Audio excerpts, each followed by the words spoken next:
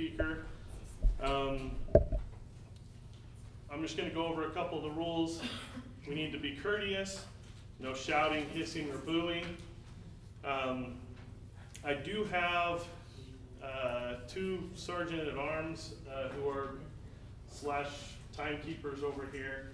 So if somebody does get to the point where they need to be escorted out, we will ask you to leave with our sergeant-at-arms. Actually, will you two stand just so everybody knows, just sees you. If they come walking your way, just sit a bit. All right. I know that's not going to happen. I just, part of protocol, just in case. The format of the meeting is that we're going to hear from Jerry Lewis first for a few minutes. He's going to talk with us, and then we're going to ask him, I'm going to ask him some questions that have been emailed to me. This time around, we had a lot of questions. We had 22 people respond with questions. Over 60 questions were asked. I'm not going to be able to get to all those. I apologize if I don't read your question. A lot of them are duplicate questions. We will open up the floor to questions. So if you feel like I've done a horrible job in judging which questions should be asked, and you feel like your question was not asked, please raise your hand. I'll do my best to call on you so that you can ask the question yourself.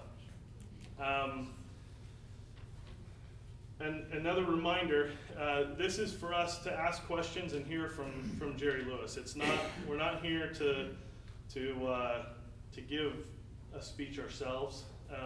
We're not here to debate with our speaker tonight. So if you could please, when you stand up, introduce yourself if you would like, and ask the question, and let Jerry Lewis answer the question. Is there any questions about that? Can only LD18 people ask questions, or is it just? No, there's no way for me to know. I don't know. We're not going to. I would prefer that to be the case, just because that's. So maybe state your LD when you stand up to ask a question. Well, I don't mind either way. There's not going to be anything that we can do about it, but I would prefer that. So. What time will we end? We're going to end at 8 o'clock. Really? So we're going to get to it. You want to come up? Wow. Yeah, go ahead and come up. This is Jerry Lewis. Did we get the speaker working? No? I am. It's all right, I apologize.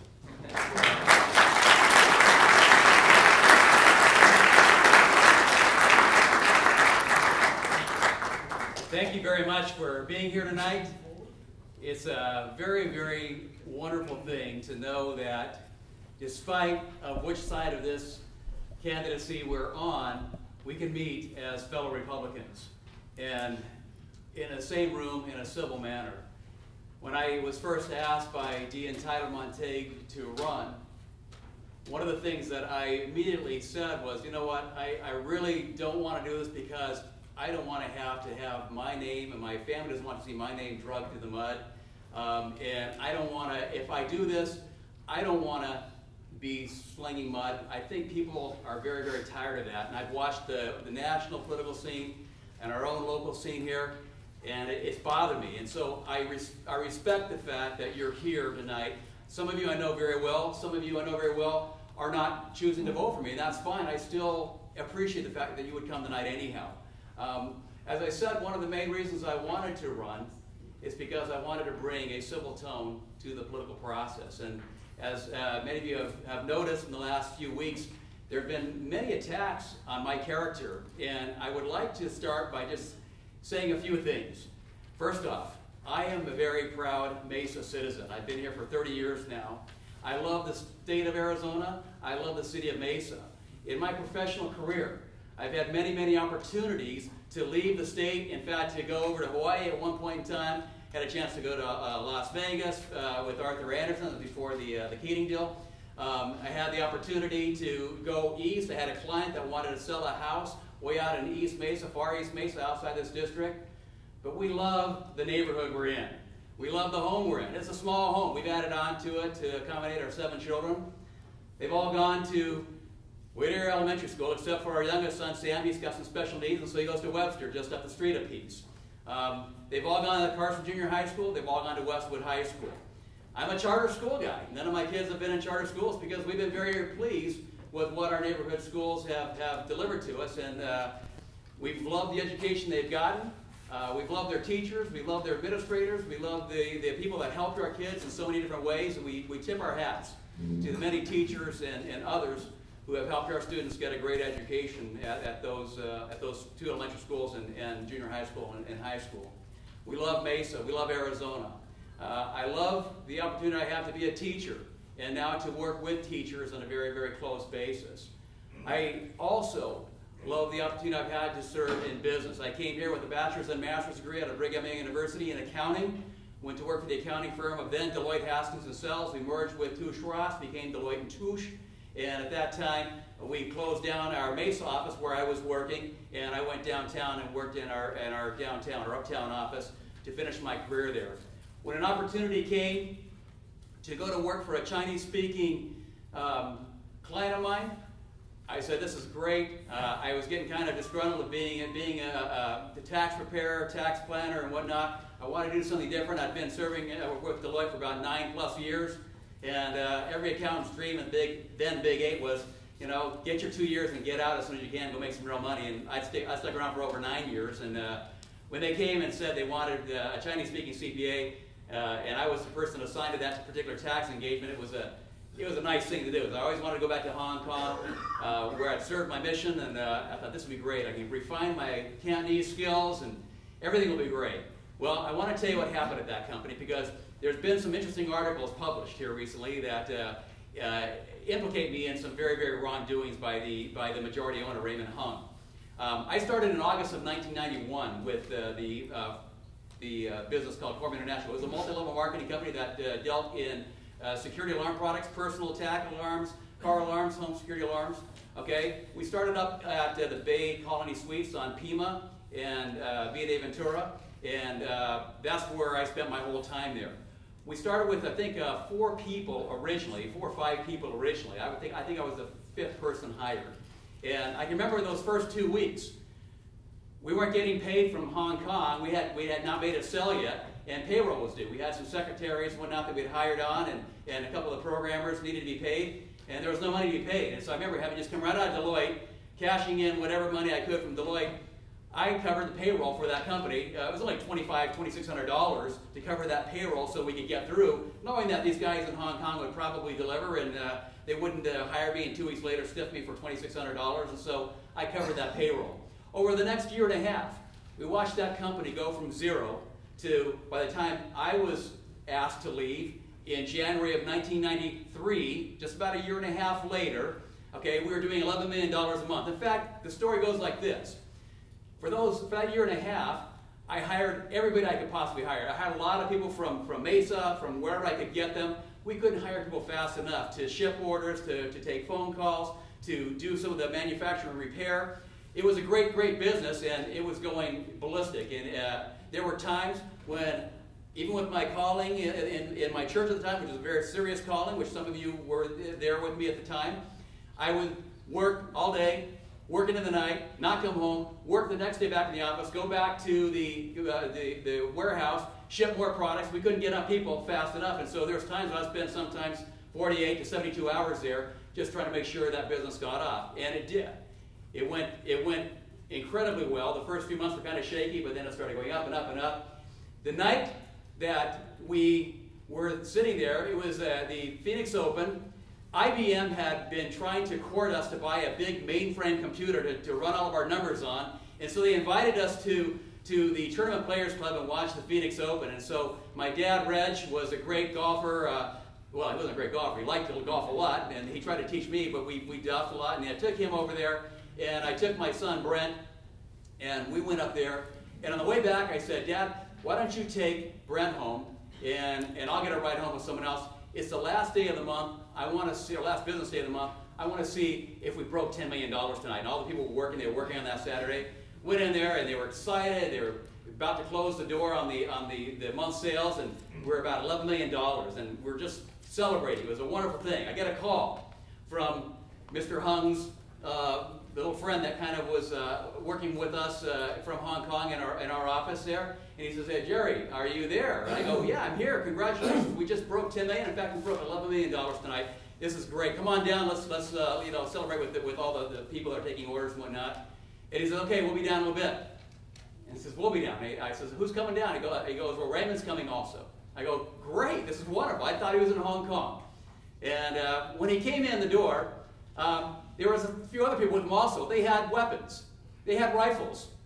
Okay? And they came into my office, the two of them, and the guards stood outside the door and said, you are now being replaced. And Mr. Ridley, the president, I was the chief operating officer by that time, and they had given me a 3.25% interest in the company. They gave me the chance to gather my stuff together, and then they escorted me to my car. And all that work, a year and a half, was gone. And I thought, how could this happen in America? And as it worked out, we worked out an arrangement where I sold my interest back to them. They were at least willing to do that. They cut the price drastically. I got out with it what I could. Okay? That allowed me to do something that I always wanted to do, and I could teach seminary. So I started after that, took the classes, started over at Mountain View, went to Westwood, then ended up at Mesa Community College. I left there in January, the last day of January 1993. Okay? In December of 1992, on December 31st, there's a picture that was taken of me and my then 4 children and Janet at a big convention down in Dallas. We all had all these new clothes and everything on because that's what you did, and we were starting to bring in some serious money, and I got a little taste of what that was like. I keep that picture. It's right by my desk, wherever I go, because in it is my almost 8-year-old son. He's 2 days from being 8 years old. He turns 8 on January 2nd, and 2 days later. And he's standing there in his tuxedo, which he hates being in, like this, and he's got this really peculiar look on his face like, I would rather be home with my friends doing fireworks or something else instead of this stupid tuxedo with all these people that are trying to suck up to me all the time because they want my dad's attention. I want to get out of here. And that reminds me of what almost happened. Luckily, by the grace of God, I was asked to leave. At the time, it was devastating. But it didn't take more than a couple of hours to realize that, you know what? It's going to be nice to be able to come home at nights. It's going to be nice to dedicate a lot more time to my calling. It's going to be nice to be able to do something that I've always wanted to do, and that's to teach.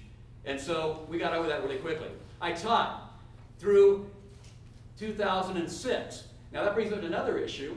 There's also another rumor going around, or fabrication going around, that somehow with the company that I currently am employed, Sequoia Choice, that in 2005, I entered into some kind of a deal with the Joy Christian School. Well, I hate to tell you this, but I was still teaching seminary at our institute, at the Mesa Community College Institute, and some of you were my students there, and you could attest to that. I didn't leave CES until May of 2006, where I spent another year, from May 2006 to June of 2007, working with Chris Jones in a TJ development company. So I hate to break it to those that are spreading this kind of stuff around, okay, but I wasn't even there when that went down, okay, and that's the kind of stuff that I want to get through, okay. There's the website that was announced today that I got from people stated that well, he also retaliated against one of his former assistant principals. Sorry again, we've already spoken to the press about that one. The facts are well known on that one as well. We can have a civil politic without being uncivil, and it's a shame that a candidate has to defend their character. Not because people don't really know the truth, but because there's some people out there. I got a call from a guy tonight, or I was actually told to call a guy tonight. He was actually a tile layer for one of my supporters. He says, call this guy. He thinks you're a liberal. He thinks that you're really a Democrat. He thinks that you're an open border person. I'm going, oh my gosh, here we go again. So I call him, and after about 20 minutes, he was like, oh, gosh, I didn't know that. You really are a Republican. You really want a secure border. There's a lot of things being said, and I just want you to know, if you don't hear from me or my campaign, be careful of what you hear, because it's probably not true, okay? And if you really want to know, ask me. My phone number is 480-861-6931. That's my cell. You can call me anytime, and I want to have a dialogue with people. One of the things that I'm running on is the fact that I want to listen to what you have to say. And I see a lot of stuff coming through that I don't like to see, but it's there nonetheless. I want to hear what everyone has to say, so that when I do make decisions, they're based on everybody's input. Having said all of that, I'd like now to get to the questions. Thank you. Okay, these questions have been submitted over email, and I'm just going to start going down the list and hitting some of them. Do you acknowledge or deny that liberal activists and many Democrats instigated this recall election and actively support your candidacy? I don't deny it because it's the truth.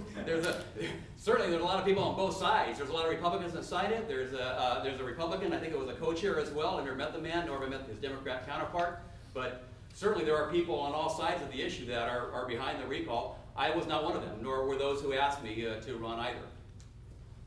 How do you feel about being at least partially supported by so many who do not share the same values as most Republicans? You know what? It's interesting. We've turned away some of those donations where we knew people did not represent the same things we did.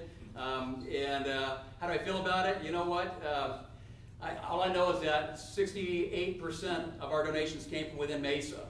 Okay, and another 25 or so percent came from around Mesa, and only 2% or so came from outside the state. When I see a donation, I don't ask what party they're from, and I don't know some of them. Some I do know, and I appreciate those that have donated from this room as well.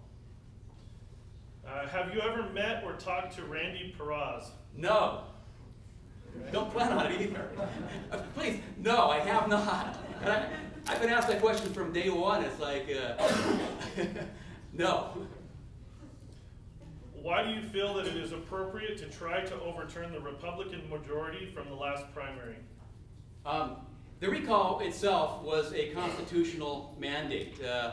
It's hard to upset precedent, and this law has been on the books for almost 100 years now. Okay, when the governor, the Secretary of State, and the Supreme Court, Superior Court, all said that there's going to be an election, there's going to be an election. Okay, and I feel that the people of Mesa, the voters who want to have their voices heard, have an opportunity here to choose between two candidates. It's not between Jerry Lewis and some ideology. It's not between Russell Pierce and the recall people. It's between Jerry Lewis and Russell Pierce. And it's two candidates. And if you like what I stand for, vote for me. If you don't like what I stand for, vote for my opponent. It's that easy. Wouldn't it be better to challenge in a primary election to bring conservatives together with your message, not divide them? I think that's a very fair question to ask, and I think it's important to understand that there have been people divided long before I ever entered the picture. Okay, maybe now it's become more vocal, and maybe that's good or bad depending on how vitriolic that vocalization becomes. I feel that the voters whose seat this Senate seat right belongs to get to decide. It's not up to any one party. It's not up to any one individual. It's not my seat. It's not Senator Pierce's seat. It's not anybody's seat but the people's seat. And the people have spoken, and we got to listen to what the people say.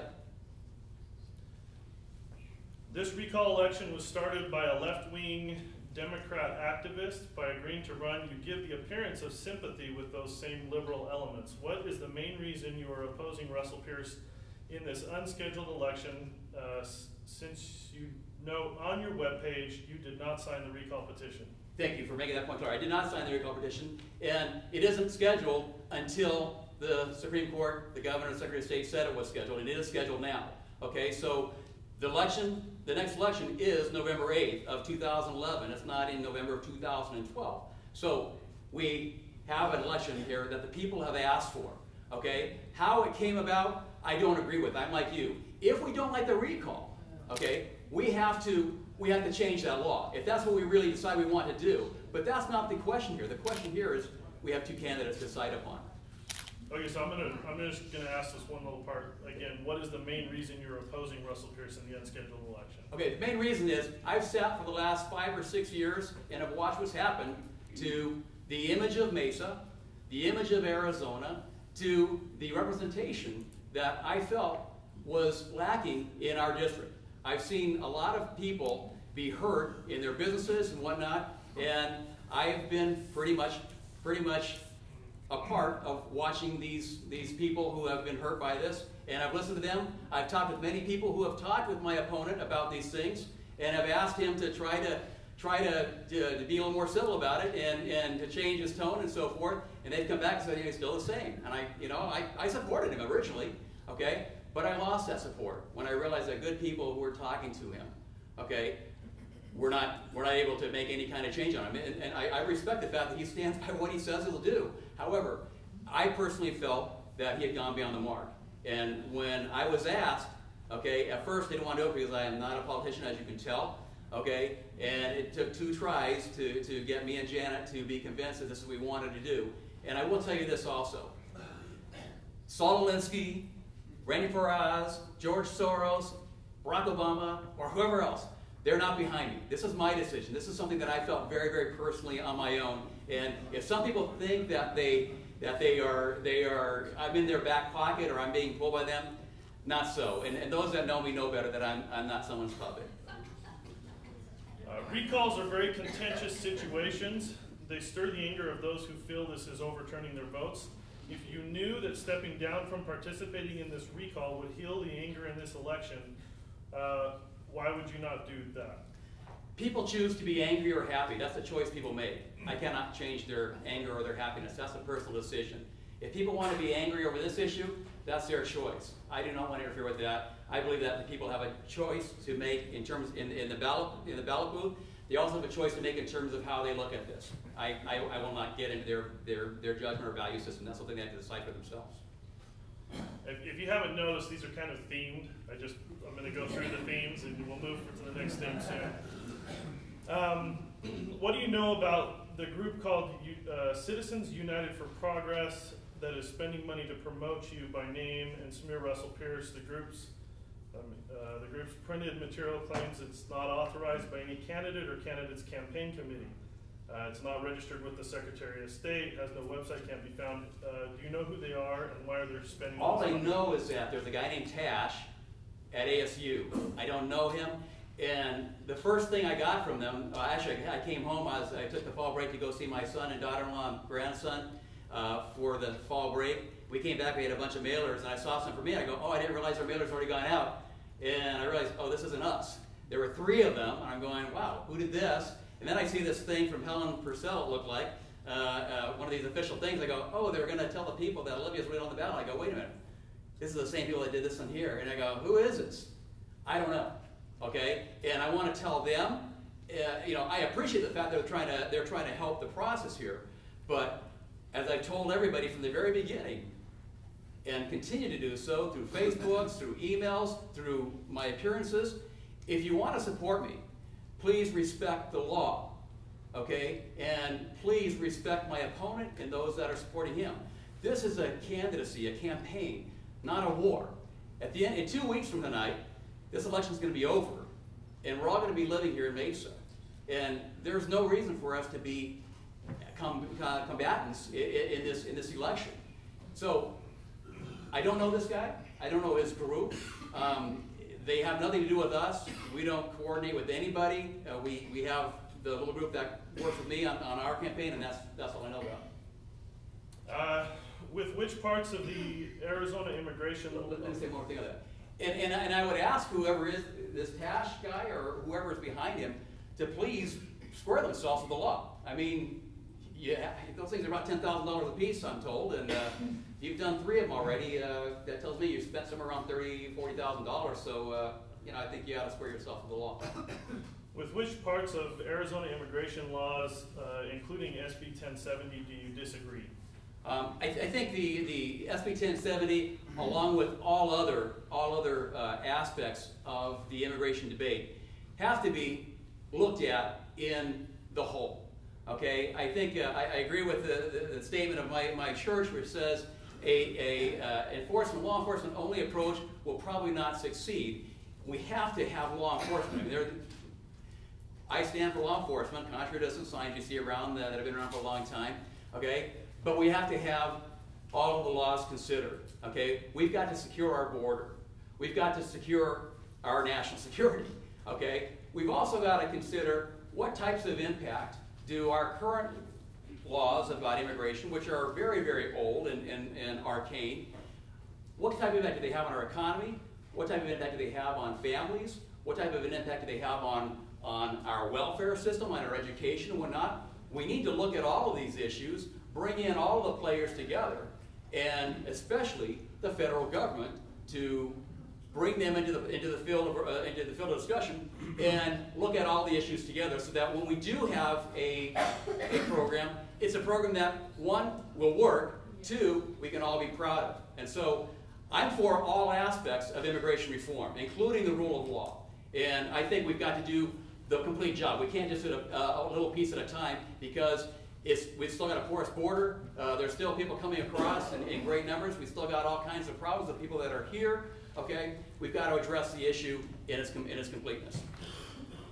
How would a guest worker program be administered and controlled in Arizona? Please be specific, give historical background, and if you know any of the history of the ideas you support. Yeah, I think, can I refer you to the May 2011 Cato Institute report? There's some great ideas on there, and they quote from the Bracera program. They quote other programs that have been done. They also saw the failure of the 86 program as well, because it gave amnesty, and that's not what I'm about, okay, contrary to what I think some people are saying, okay. There is a way to give people some kind of a status so they can be here, so that when their job is done, they can go home.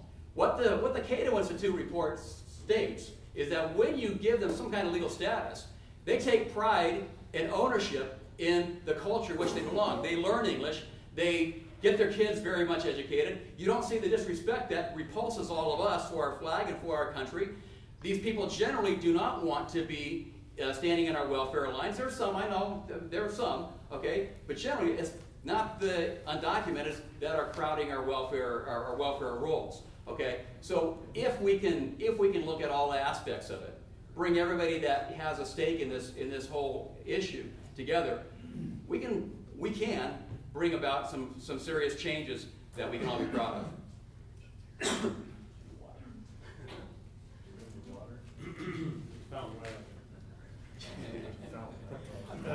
Thanks, Gail. Sorry. Are you embarrassed by the lead Arizona took in promoting the open border debate? No, I think it's important to understand here that, oh, thank you. This is my home teacher.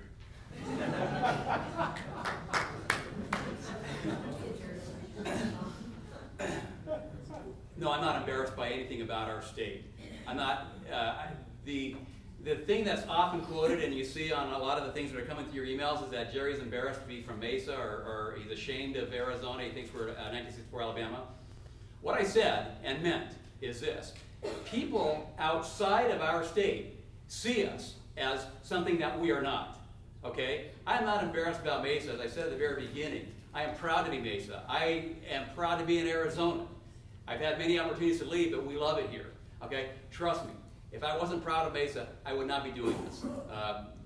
I'm not ashamed of this, Arizona's lead on this. I think we've brought this argument to a good level, so now people are listening. And I tip my hat to those who have been behind them. That's good. But now we're aware of it. Now we need to solve the problem. Do you support school choice? Absolutely. I'm a charter school administrator.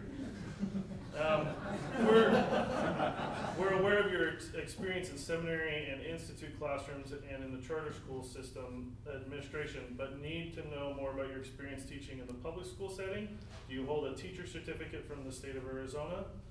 No, I do not. I substitute taught in between the time that I left quorum and started full-time teaching. I was a substitute teacher, and that taught me really quickly that I'd rather be teaching religion rather than math and history and whatnot, especially on a substitute basis. So no, I had one of those, what do you call it, the emergency certificates while I was substitute teaching, but I think I only did it for about a month or so and got so busy in the other program that I didn't have time to do it. How long have you been an administrator in the charter school?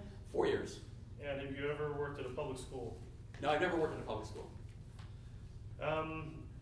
But I've been on many PTOs, PTAs, parent committees. I was chairman of the baccalaureate committee at Westwood for, I don't know how many years, 5 or 6 years, to try to keep the great institution alive. When a lot of teachers and administrators wanted to pull it out, I thought this is the last opportunity to keep God in the school, and this is the only chance they're going to give us, so we got to fight to keep it, and we're still fighting. And it's kind of taken on a new life now. We'd like to see a lot more support at it than just one faith coming. We're trying to reach out to all kinds of faiths, but been involved in a lot of parent organizations, been involved with a lot of SIAC organizations as well. So I've not been an employee though of a public school. Can you please explain to us your involvement in the pending lawsuit for theft of donated items and wrongful termination?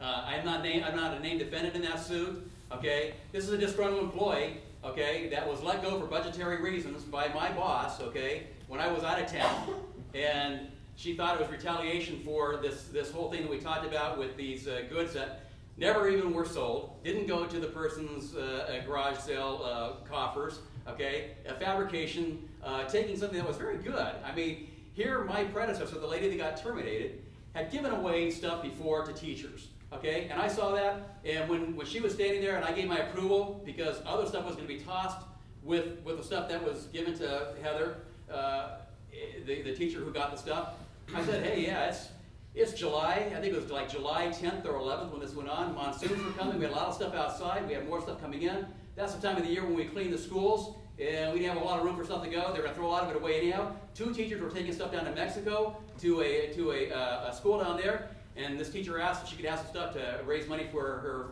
and her husband to adopt a child from Ethiopia. I said, sure. Okay, when my assistant's response was, well, just don't tell anybody. It's like, okay, I didn't think anything wrong with it because that's a practice that I saw her do, and I still don't see anything wrong with it. Okay, when it came back later, about a month after she was terminated in a wrongful termination suit, I thought, this is interesting. I never knew at the time that she was upset by it. And quite honestly, I did everything I could to fight to keep her job. And you can check the scripts from the previous sites or the previous explanations we've had of this. So no, I'm not a named defendant in it, and it's a frivolous suit. It's probably gone now. Her attorney keeps on dragging on and on and on, and it's a sad thing. And it's a sad thing that they've used that now in this kind of environment to try to smear my character. I'm actually a good guy. Really? Mr. Lewis, you are very unhappy with Senator Pierce and have expressed that he is what's wrong with Arizona, yet he is only 1 vote. How can you change the vote of the other 98 legislators that vote with him? You know what?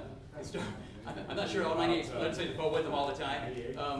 Or 89 or whatever. Let me just say this about that. Okay. Certainly, if we want in our system, in our great system that was founded by our founding fathers, good people can run, and there's always going to be someone that's new on the block that has new ideas, new ways of solving things. I believe that I can bring a civil tone to the politic. I believe that I can bring a listening ear. I can bring a lot of business, accounting, leadership, education ability to the legislature, and maybe they don't agree with me. I don't think anyone gets unanimity in most of their bills that they present, but I believe that my style lends itself to working with all people on all sides of the issue, even within my own party. If you're elected, how will you vote when the governor pushes to, if the governor pushes to make the 18% increase in sales tax permanent, especially since your job directly benefits from this increase? Well, I haven't had a raise since I started at Sequoia, so I won't miss a raise, that's for sure. No, the tax was set to sunset at a certain time. It's got to sunset, and I will fight to keep that tax.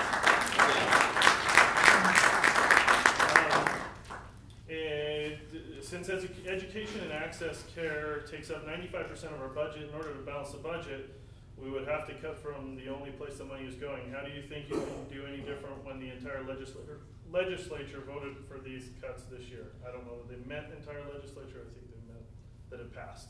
It passed, yeah. Again, talking with Dr. Cowman, okay, Mesa Public School superintendent, he understood there had to be cuts. Mesa Public Schools was going to be cut $22 million. He said, we're not asking for any special dispensation from the state of Arizona. We just want to be consulted on it beforehand. We want to be able to know, to at least have a voice in where you're going to cut us, okay? Or let us tell you where we can be cut, where it's not going to affect us. So in tough budgetary times, we may have to cut. I'd rather grow my way out of a recession. I'd rather grow my way rather than tax my way or cut my way out, okay? But sometimes you do have to cut, okay? But I think the important thing is communication with those whom we're going to cut and working with them in a way that they can have input in the process. There's other industries, there's other areas that we can still cut as well, such as the prisons, that didn't get cut nearly to the extent that education has in the last 3 or 4 years. I think we can look at other areas to cut and still retain a tough stance on crime, a tough stance against all criminals. In your opinion, where do federal regulations and states' rights clash? Always. and they shouldn't. I mean, the federal government needs to do that which is constitutionally mandated to do, and then leave the rest to the states. Okay? The fact that they continue by their different funding mechanisms and so forth, continue to try to manipulate the states, to me, is an overstepping of the constitutional limitations that were imposed upon them. We need to take back our states' rights. Okay? And I believe we can do that. It's not going to happen overnight. It was taken about, 60 years to screw up. It's not going to happen in 60 days. Okay? But I believe if we're all united on that, we can limit the totally unnecessary regulation that exists in so many areas of our society that costs a lot of money and is a disincentive for businesses and jobs. Okay, I did not get to all of the questions as I said I wouldn't, but we need to make sure that we have time for questions from the floor. Yes? Oh, stand up. Jerry, I've known you for years, and by the way, my witness is that everything that Jerry said about himself is correct. I've been there as... Do you have a question? I do have a question. I just wanted to vouchsafe what he said. Okay, Jerry, you have a very good chance of winning this election because it's a weird one. The Democrats and your supporters get to join in basically what's a Republican primary. Okay, this is an oddball situation, as you are aware, and you've already expressed that it is. Will you be satisfied that the accomplishment that you have is likely to be this, that you will effectively eliminate a leader in Arizona, well-known, who has many, many supporters and is probably 99% in agreement with what you believe also, okay? And that will be your only accomplishment because, again, will you be satisfied with this? Because you will not be able to run in District 18, nor will you likely be able to run in Tempe and win over there. So you will be a one-half-term candidate, and you will have effectively destroyed one of the great leaders in Arizona. Will you be satisfied with that? For the future, let's keep the questions a little shorter. We're not going to get... I apologize. Oh, by the way, welcome to your first visit to LD18. I did it before. He's been here before. 2 times, sorry. All right. Missed you again. You must have been here those days. I've known Galen for about 25 years. And I appreciate his candor. We are very candid back and forth. After the debate, we sat together for a better part of a half hour and talked about things. And I respect the fact that he has been a dear friend of my opponent for many, many years and a supporter as well. And when I first decided that I was going to throw my name into the hat, I went and talked with Galen. We spoke at length, and he basically said some of the same things he just asked now, and I'll answer the question again. Okay. First off, I don't know where the redistricting is actually going to end up, but right now it cuts me out so that I'm actually in an ASU Tempe type situation, and who knows what happens in that election. Okay. What I told my wife, and she told me, is that at the end of every term, we will evaluate, are we still feeling called to do this? And is our family still okay? And if we can answer that, those 2 questions, the affirmative, will run. Okay? So you're making a lot of assumptions there that we don't know yet. And I can't honestly say I'm a 1-term or I'm a 2-term or whatever, because at this point in time, I honestly don't know. And you know me well enough to know that I'm honest when I say that. Okay. Yes. I've heard what you said about law and order and some of the other things that I'm a little confused over your position. Okay. Do you support or not support SB 1070? There are parts of SB 1070 that have to be part of the overall discussion. But what I'm trying to put into everybody's ears is the fact that it's only part of the issue that has to be addressed in totality. Okay? You have to secure the border. You have to deal with the 12.5 million people that are already here in this country. Okay? You have to consider the economic impacts. You have to consider the impact on education, on everything else, okay? So it is part of it. We need to look at the whole thing, though. So you don't either support or not support 1070. It's well, just a politician's issue, parts right? of it. There's a lot of parts. There's a lot of parts to it that I do support. Okay, but there's a lot of parts of it that are obviously in debate right now. That's the real ID that was written. Let's not answer for him. This is we're here to give him a chance to answer, and he's done that. Yes. Okay, Michael Lee, not a long time Mesa resident, but I think 15 years here. When I have sat back and watched the political scene over the years, I noticed when Republicans start moving forward, they start making progress on their ideas, the left comes out and says, we need a civil tone. They start calling us Bull Connor and other things. Can you explain how your call for a civil tone is different and is not trying to get conservatives to shut up? Thank you very much. It's a great question. It's a great question. And I'll use one example, okay? When our own congressional delegation tried to be the federal government and help at least start the dialogue on some real immigration reform, okay, people within our own party from Arizona, okay, labeled those people as traitors, okay, people from their party, okay? What I'm saying is we've got to create a climate where we respect the ideas of others, just like our founding fathers did, even though they came from totally divergent backgrounds, okay? And we're totally opposed to some of the things that others in the same delegation were in favor of.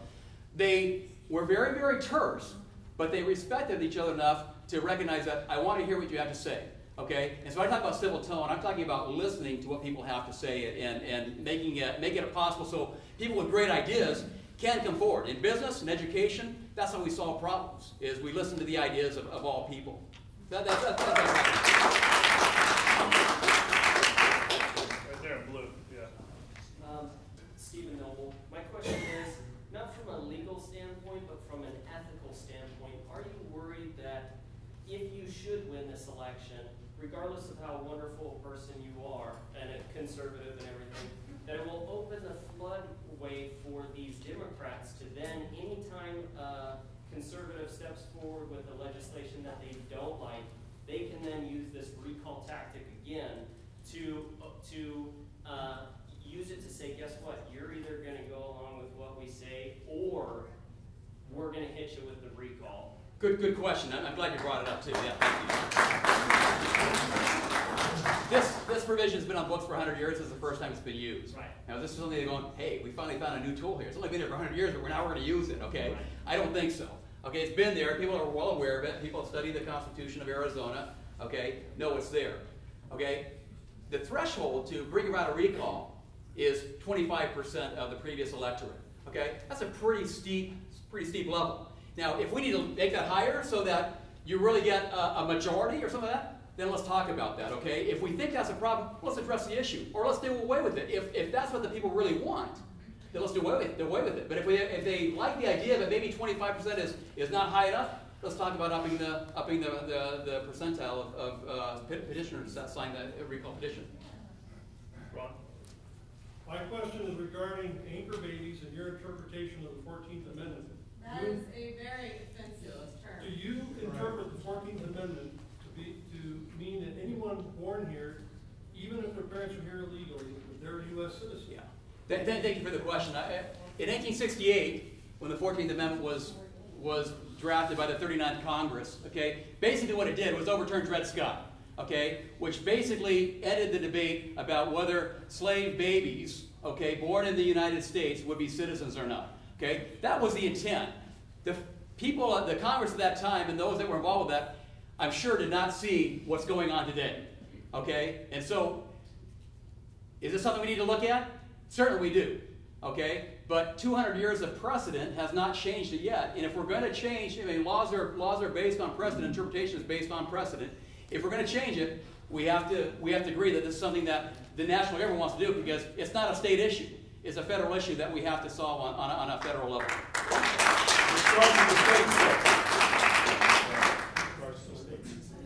Mr. Lewis, a little while ago, talking about the recall, you said, and I quote, I do not agree with how it came about. Mhm.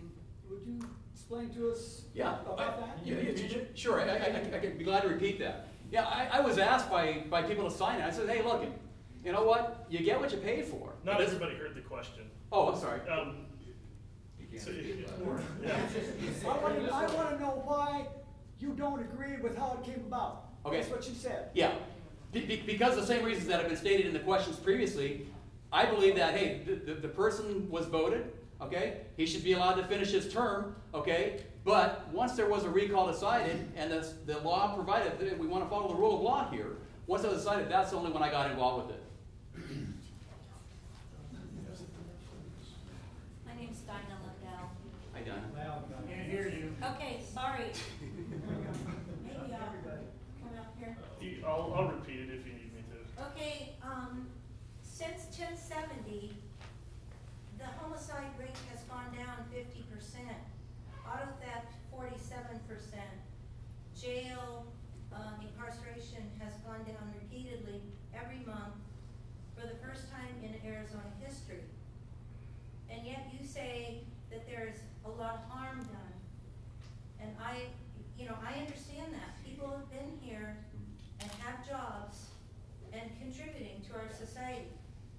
What about all the people that have been murdered, raped, etc.? I mean, that is huge. You talk about hurt. You bet.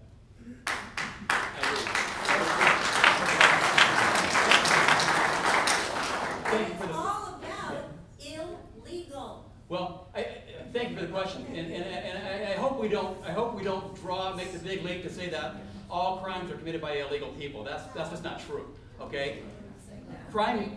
98%. Let's let him answer the question and respond.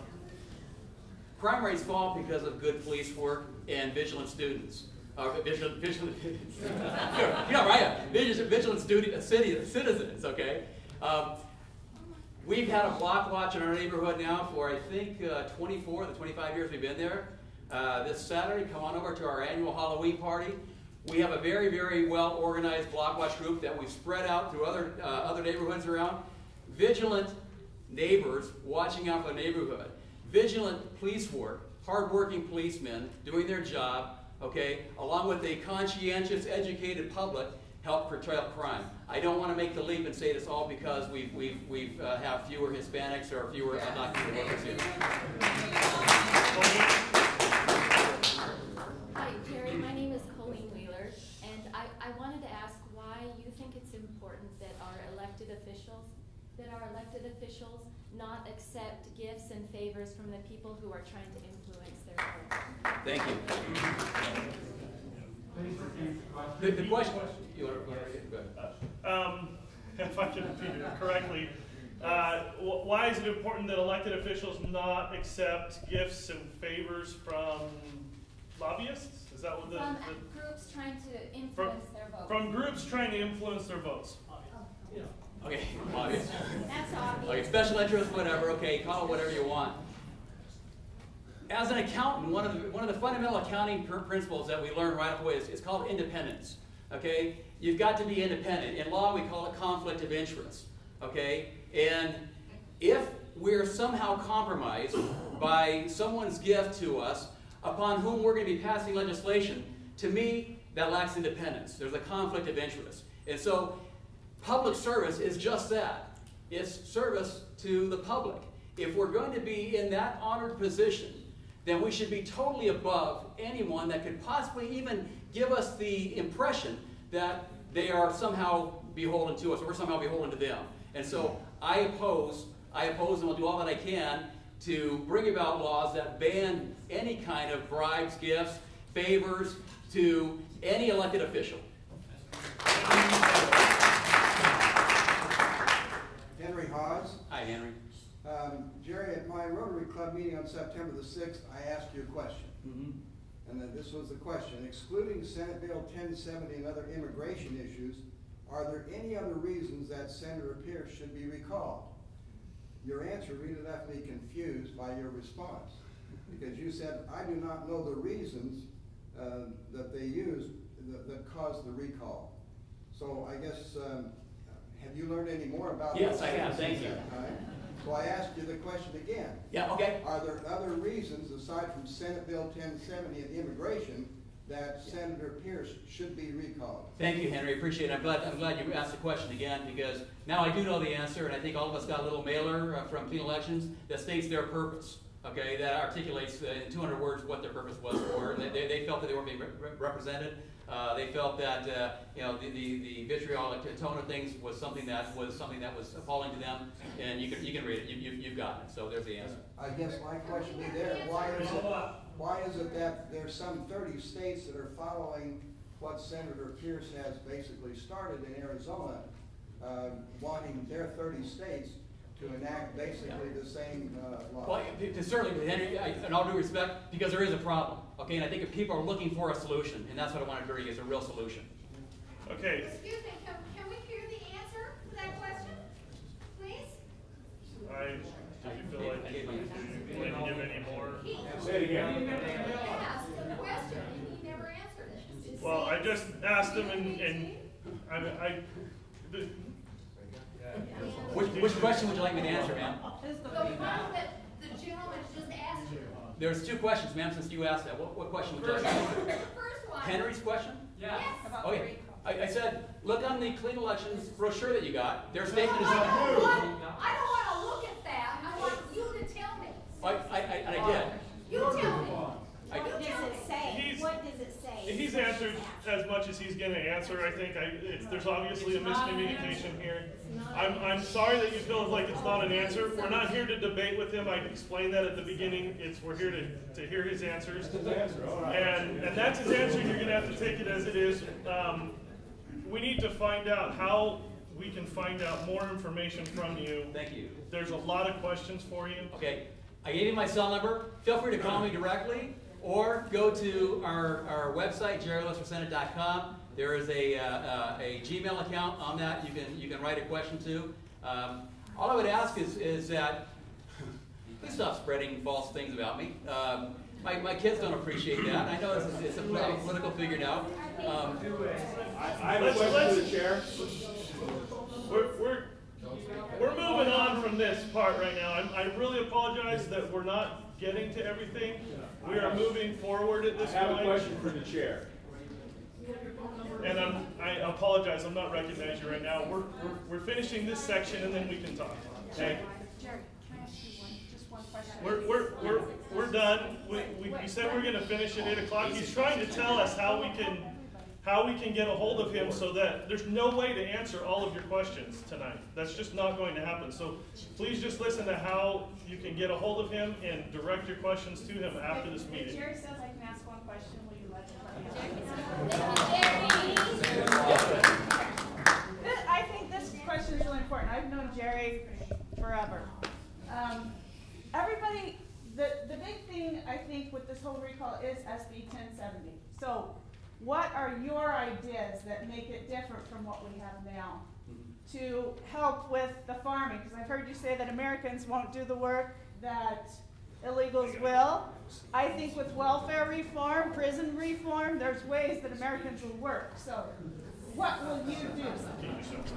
Oh yeah, really quickly. I've already answered it several times through the other questions, but we do need to change the welfare system. I mean, that's a lot of the problem that gets us so upset about this. Okay, I believe that we can have some kind of a guest worker program that legitimizes those that are here, okay, and allows them to go back and forth so they're not stuck up here. I believe that we can secure the border, get boots on the ground. I believe that we can take care of this in a way that we don't split up families. I believe that we can also, most importantly, get the federal government to do that which is rightfully theirs. But it's the federal government.